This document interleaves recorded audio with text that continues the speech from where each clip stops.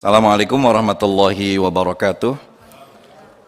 Pimpinan dan seluruh anggota Komisi 8, Ibu Menteri beserta seluruh jajaran, Eselon 1 dan semua yang hadir.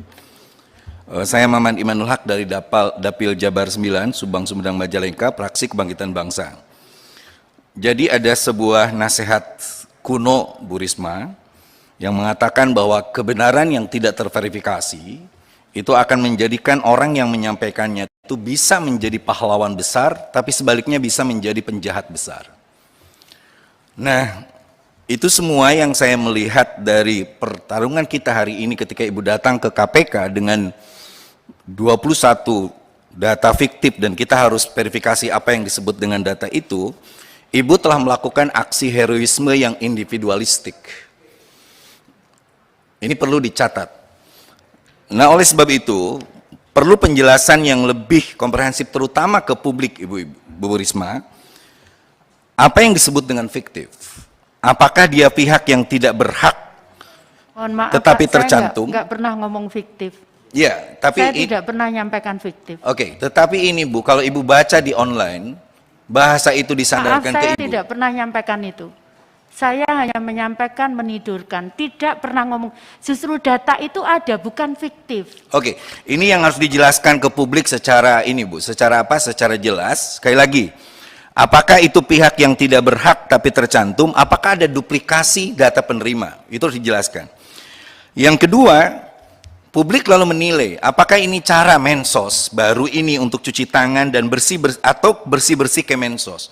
Ini tentu yang saya dorong berkali-kali, Praksi Kebangkitan Bangsa, soal reformasi birokrasi, soal validasi data, dan soal komunikasi.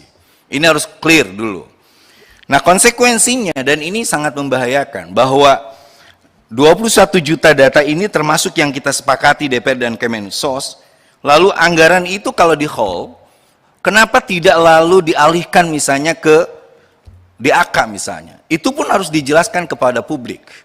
Tidak lalu seolah-olah ini ada 21 data, lalu diberikan ke KPK, kenapa tidak lalu kita komunikasi dengan DPR RI, mitra strategis Ibu? Karena kami bertanggung jawab juga untuk tahu persis pertanyaan dari konstituen, pertanyaan dari media. Nah lalu setelah itu, 21 juta data ini, itu kan akan menjadi persoalan, bagaimana dengan nasib di anggaran selanjutnya? Pertanyaan ini harus betul-betul kita jelaskan, sehingga bahasanya harus mulai jelas Bu Risma. Tadi sudah jelas bahwa ini tidak dihapus, tapi ditidurkan. Itu yang harus dipegang. Bahwa ini dilaporkan ke KPK, bukan diminta KPK. Saya mencatat 3 kali Ibu ada kalimat diminta KPK. Nah, bahasa-bahasa itu sebagai pejabat negara, kita harus betul-betul hati-hati.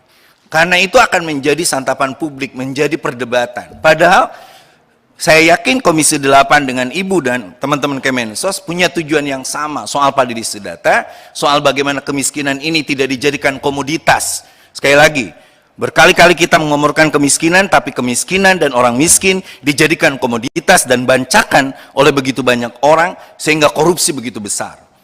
Nah, itu pertanyaan yang menurut saya harus dijawab betul-betul dengan salah satunya memperbaiki komunikasi, baik komunikasi dengan DPR ataupun komunikasi ke publik itu sendiri. Apa yang dikatakan Pak Husni harus menjadi catatan juga bahwa seorang menteri tidak hanya bergerak secara heroisme individualistik dan agak emosional, tetapi lebih kepada bagaimana kebijakan itu betul-betul dibangun secara sistematik, rasional, dan juga evaluatif yang jelas, sehingga rakyat tahu bahwa Ibu bekerja betul-betul untuk mengentaskan kemiskinan dan tidak ada pemiskinan secara struktural dan sistematis. Terima kasih. Assalamualaikum warahmatullahi wabarakatuh.